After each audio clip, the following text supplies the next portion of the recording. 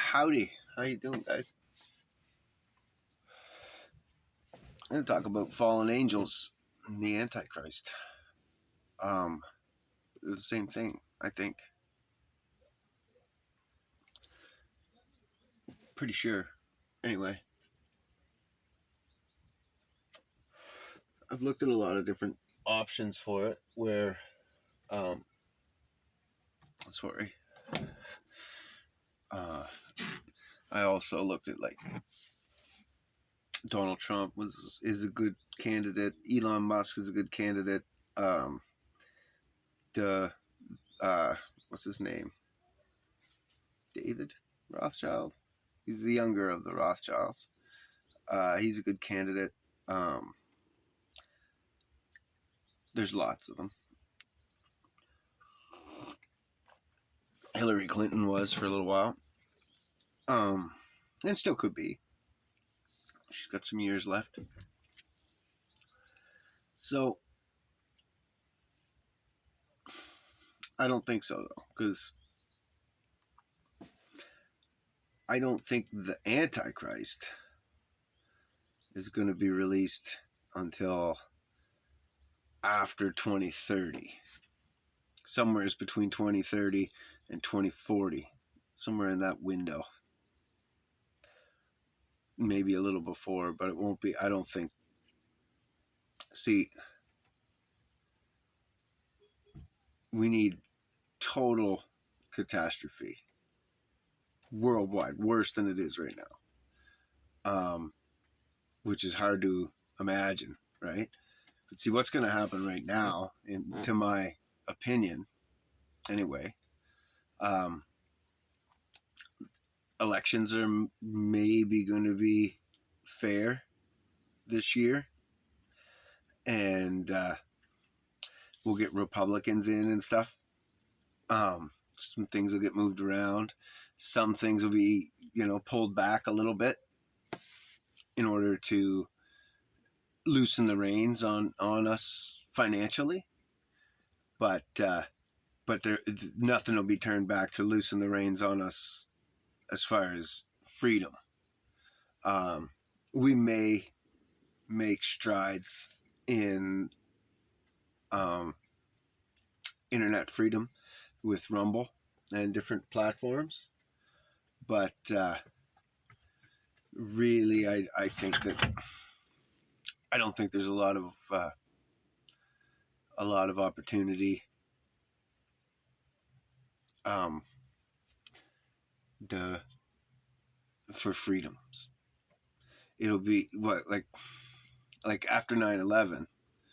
Look at the airports. It's not like things are back to any kind of normalcy, and it's not like you're safer from fucking terrorists or whatever. So it's all about taking freedoms away. That's what that whole thing was, right? Anyhow,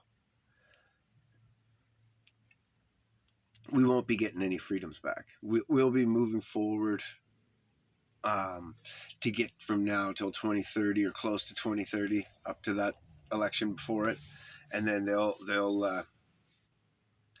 something major will happen, like super major. It's going to happen during that window. I also think there's going to be,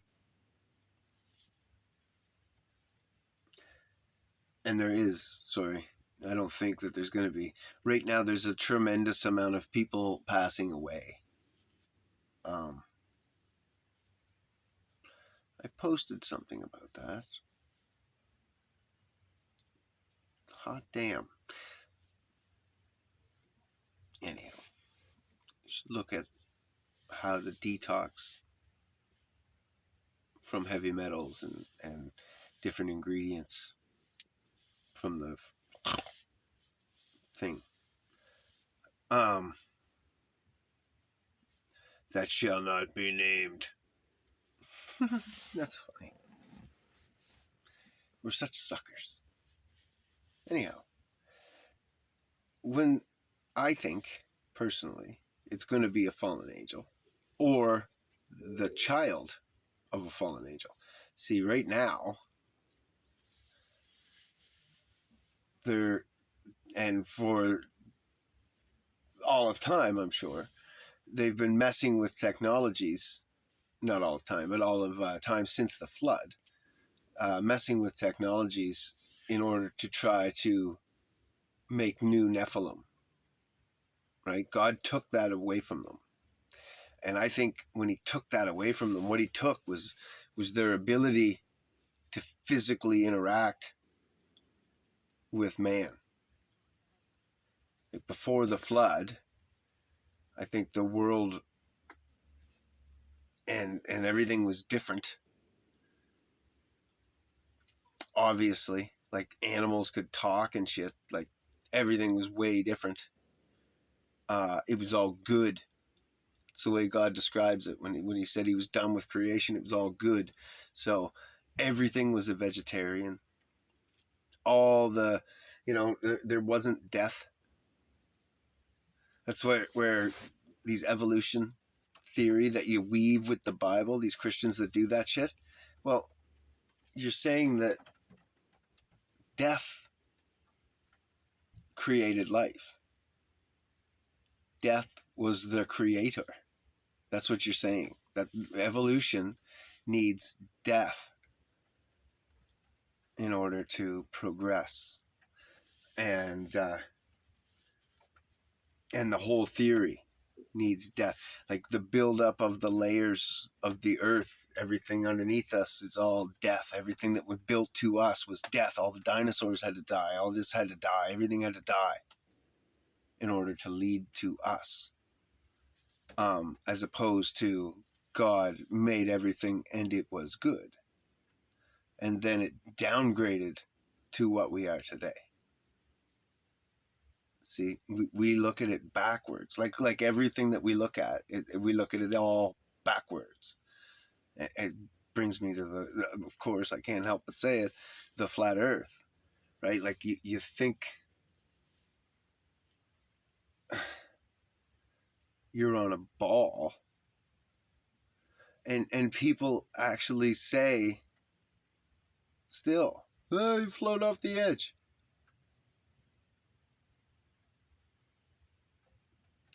What would you do on a ball? We don't have dinner balls. We have dinner plates. And if I go get a big plate of stew, excuse me, it's got clumps of meat and potatoes and carrots and all kinds of good stuff in there. And then it's all in a puddle of soup. And it goes on a plate.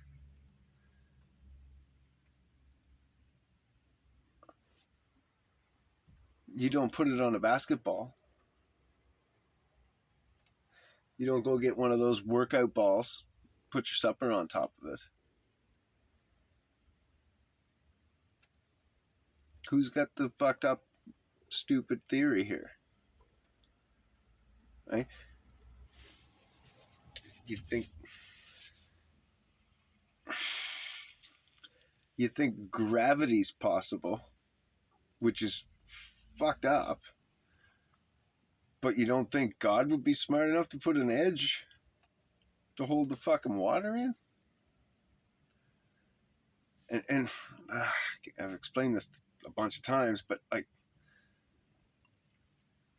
the Antarctic ice wall, they can show big icebergs falling off of it and scare everybody. Oh, look at it, we're gonna die every summer or southern summer, because the sun gets close to the wall, it breaks and melts up the edge over the summer, and then it gets away from the wall and it gets closer to the North Pole's wall, which is another wall, and there's more continents hidden in the North Pole.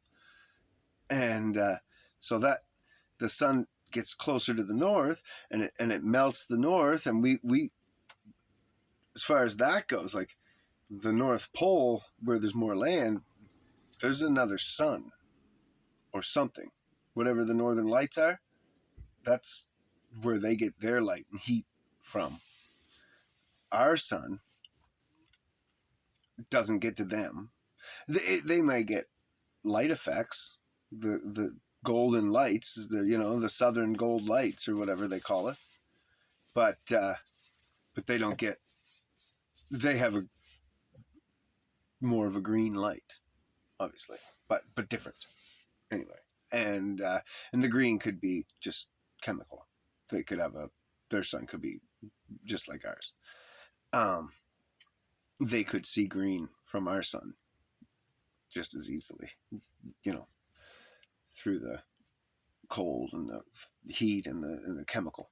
That's how all like the sunset and everything. It's all, you got to put helium and all these different chemicals. If you put them all into glass tubes and shine the lights on them, they'll light up inside of the tubes. But they got to be in the contained chamber in order to be pressurized and everything, right? So you can't have outer space and just gravity holding that air there, and then gravity letting my hair drop, except for that big plopper that doesn't. But I mean, it lets my hair flop down, but it holds the ocean. And then the moon's gravity grabs the ocean and makes the tides happen, but doesn't affect. I don't feel that effect at all. And the moon's orbit is degrading, and apparently they say it's getting further away all the time. And you fucking, none of your shit makes any sense, right? So anyway, I'm gonna get off that. The fallen angels, I believe, are changing the frequency of the earth with technology. That's why they had to get if you look into all the older buildings, I don't mean the pre-flood buildings. They're fascinating. You can look into that too, like all the when we dig up buried cities, But right in the city you live in, it burned at some time in the 1800s, and had mudslides before that, I believe. But there was like a global mudslide that buried the basements everywhere, and that's why you'll look at the ground and see the top of doors going into the ground, or you'll dig up buildings and they'll have storefront designs underground, all pretty and done up really nice.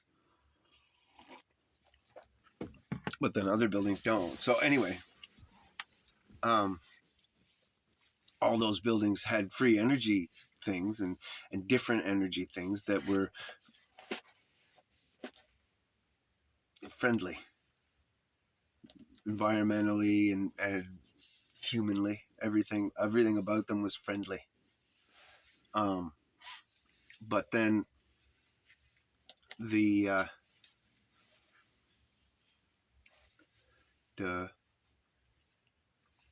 so it's all human friendly stuff, but they had to get rid of that, and we all think, oh, they got rid of it in order to financially be able to charge us for power.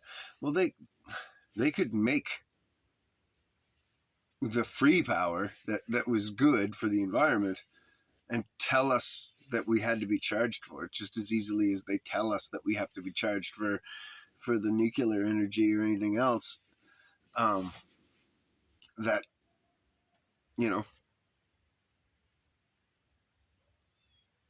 well, whatever actually has to cost, because the nuclear plant, you got to have technicians and people and trained and fucking all that shit there. Anyway, they didn't go to those dirty, shitty technologies just to charge us for them. Because like I said, they would charge you for the energy from these copper. And look around on your old buildings around your city. You'll see the copper two like domes on the tops of the buildings. They're probably green now, and they got the little antenna on the top in the center of them. Our hospital, the hospital I was born in, was actually imploded. It was one of the first buildings in the world. Well, no, it wasn't, but it was earlier in that implosion time, I guess, in the 90s. And we had the specialists come in. There was only 10 people in the whole world who could make a building fall the way that the buildings on 9/11 fell, like just free fall. And so at the time of 9/11, there might have been like 20 people in the whole world who could make a building fall just like that, all neat and tidy, rating on itself. Anyway, the guy that came in and did it, he did it in such a way that they were able to save one of those copper domes. It sat right on the top of the pile, and it was unhurt or whatever. And they cleaned it all up and made it into a monument. Anyway, they're on buildings around your city as well, and they used to harvest energy, and they could have just harvested energy with those. Told us that it fucking whatever. You got to pay for the technicians, you got to pay this, you got to pay that, and charged us for it. There's ways that they could convince people that they can charge them for fucking anything. Look at data on your phone. That's just something that your phone does as soon as it's got a SIM card in it. And actually, your phone doesn't even need a SIM card. It would do all the things that it does without that card. The card just makes it registered or whatever so that they can charge you. But if you could hack it, right, you could just give yourself a fucking phone number, and your phone would do all the internet things and all that stuff. My phones used to be able to send pictures with just my text messages until they came up with the word data. And then all of a sudden I couldn't send pictures anymore. I called up the phone company. I was like, why can't I send pictures? And they were like, well, you got to have data. And I was like, well, I didn't have to have data yesterday. I was sending pictures then. It was no problem. Well, now we have data that uses internet in order to send pictures. That's an internet thing. And then I got thinking, and I was like, no, it's not an internet. You were just able to separate the two at some juncture and say, okay, well, these features we're going to call data, and these features we'll call phone, and we'll charge you double. But really, it's all just one. Your phone does all that shit. My tablet is why I know that, because I can go to, it has no SIM card. I can go to fucking wherever, Wi-Fi, go on Google Maps. I shouldn't even talk about this because you probably fucking make it illegal now and fucking stop doing it. But go on Google Maps, load in my destination, right? And put in my route and say start, and I can drive wherever, and it follows me perfectly. And it has no data, it has no phone number, it has no nothing. It's the oldest fucking tablet that they fucking make, and it's just a Samsung old cheap. Yeah.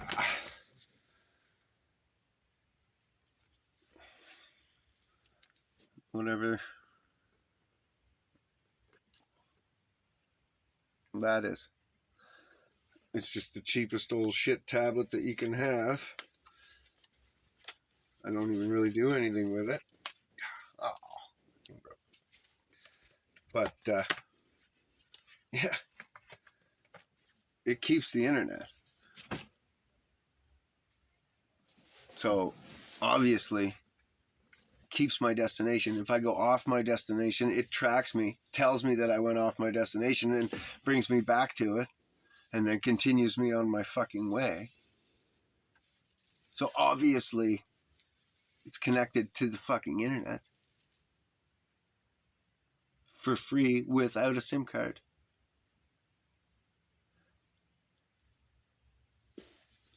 Anyway, and then my phone, another time, battery was totally dead, but it was doing some upgrade that it had to do from the company or whatever, like right from the phone, and it was doing this thing. I don't really know what it was doing, but I can't remember, but it was something weird that I've never seen a phone do before, and it was doing this thing, and it was like, no, you have to do this. And I was like, well, I got 1% battery, there's no way I can do it. And the phone died and shut off halfway through the upload.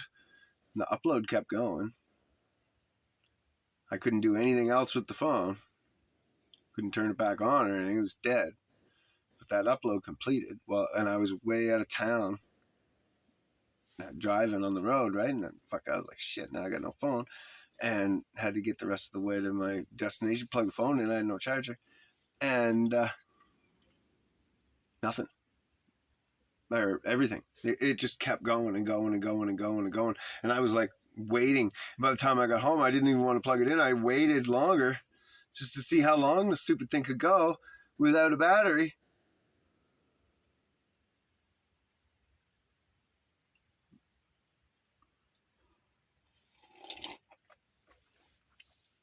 But I think that's about tracking technology and shit. So it's got an extra internal battery. Though I can't open my phone, so I don't understand. But anyways, I found it quite interesting. Mind-boggling.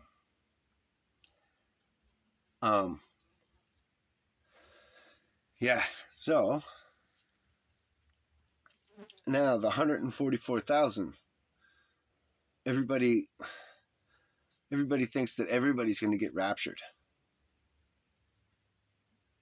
Like the whole world's going to, every Christian is just going to rapture away. No. 144,000 people. That's not every Christian in the world. Chances it ain't you. And it's not me.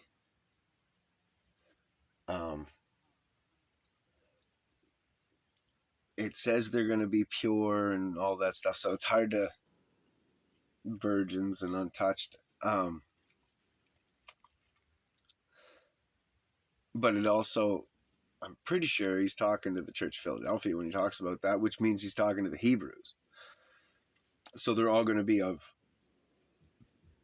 Jacob's bloodline. So think of African Americans, Native Americans, Mexicans.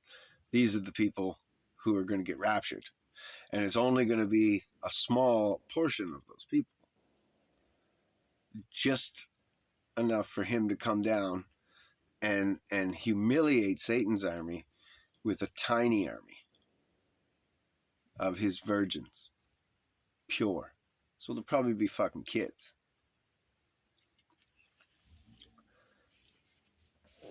Right? Bunch of fucking 13-year-old boys or something. Come down and just fucking annihilate the armies of Satan. But that's not all Christians. And now that's going to happen. Here's the timeline has to go that the Hebrews have to get past their 400 years and to the waking up point so that all this stuff can happen. I'm not exactly sure where the Hebrews wake up lines up with the rapture part of the Revelations, but I know that Antichrist and the waking of the Hebrews, those are going to line up really, really, really close. So the movement of the waking of the Hebrews is already starting.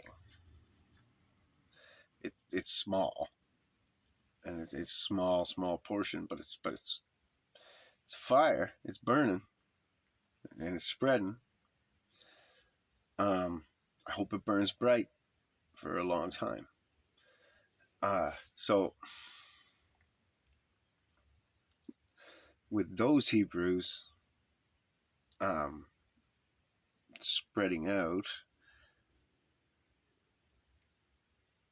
they're going to get their pure kids. Now, their wake up. I don't know about the coordination with the Antichrist, but we're going to be under the Antichrist rule for 7 years. That's the other big key thing here to remember. So sometime in that 7 years, the Hebrews are going to wake up and have their full awakening and ask God to come down and save them. I think that's going to be the end of the 7 years, or after, or, right at the end, because it's going to be they're going to be in tribulation, bad tribulation, right? In order to want to ask God in one voice to come down and save us from this shit. So 7 years of Satan, 3 years, 3.5 years, and the Bible tells you the months, years, days, right to the fucking day, 1,200 and whatever days it is. Over and over, it says these numbers in Revelations, that the first half of that is going to be the golden years. And so everybody's going to love the Antichrist, and the Antichrist is going to just love everybody, and everybody's going to flock to him. And let's say 2/3 of Christians are going to denounce their faith and follow the Antichrist. And that's why you got to know this shit, so that you're not one of those. And they're going to follow the Antichrist. And then there's going to be 3 years of hell on earth. And the Antichrist is going to open up all of his fury, wrath, and anger, and tear up the Christians. And there's going to be torture and all that shit is going to happen. And the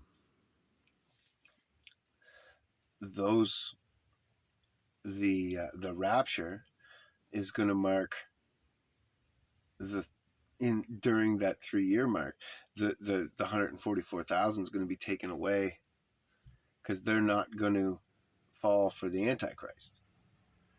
Before he goes savage, they're going to be taken, and then once they disappear, it's going to set off the Antichrist, and he's going to fucking start killing all the Christians,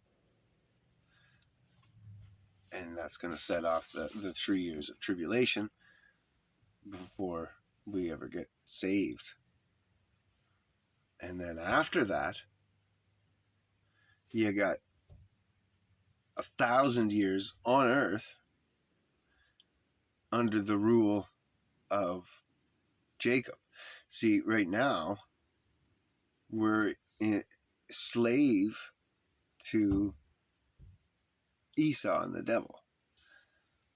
We're going to get 1,000 years of peace on earth and really good people. And I'm pretty sure that it's going to be like the elect of God, the people who make it through all of this stuff are going to get to live to be 1,000 on earth, and earth's going to be brought back to he's going to patch it up and make it back to what it was, Eden like form, right?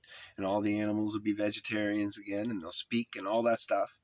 And we're going to, and all the Satanists and all that stuff are actually going to be able to, and especially now, I don't know about Satanists, but like the Satan himself, the devil, and the fallen angels are definitely 100% going to be able to see us. They're going to be in bondage. They're going to get to watch 1,000 years of what God actually wanted. And they're going to say, and then God's going to say to them after that 1,000 years, he's going to give them another chance to repent. That's the judgment day. He's going to say, well, now's your time. And that's judgment day for all of humanity and everything as well. So I don't know if humanity is going to be able to watch that 1,000 years as well, or what the scoop is there. But us, I presume. So, but or if we're just put into like a stasis, we're dead for 1,000 years for sleep. I have no idea. But I know that Satan and his fallen angels, the 200 angels, are going to watch the 1,000 years of peace and love and tranquility on earth the way God intended it to be. Right? I say that prayer every day. Come on, Jay. Hallowed be your name on earth as it is in heaven. Right? So it's gonna come. We've been saying that prayer for generations. That's gonna come. It's gonna happen. It's just other things had to happen first, right? Everybody has to be given their chance. Everybody, even Satan, and not just one chance. Right? I was given a lot more. Fuck one chance. I get a new chance every day, basically, because I sin every day. So every day when I say the Lord's Prayer, I get saved again and cleaned again under God again, and I'm good to go again for all the sin that I do. Whether it's big or little or whatever. Every time I look at a girl, sexually, especially a married woman, right? That's all it takes. It's not like it's got to be a huge sin, right? And if I curse and swear and go on, when I smoke too much pot all the damn time, I drink too much coffee all the damn time. That's probably some form of fucking gluttony or whatever.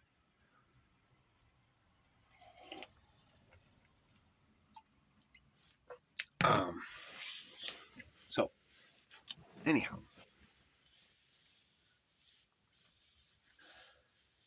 you're not going to be raptured. If you're watching this video right now, unless you're like a virgin and you're really younger, maybe, or whatever, who knows, the age might not matter, unless you're a virgin and you plan on never ever having sex, ever, and never really sinning, so no drinking, no booze, no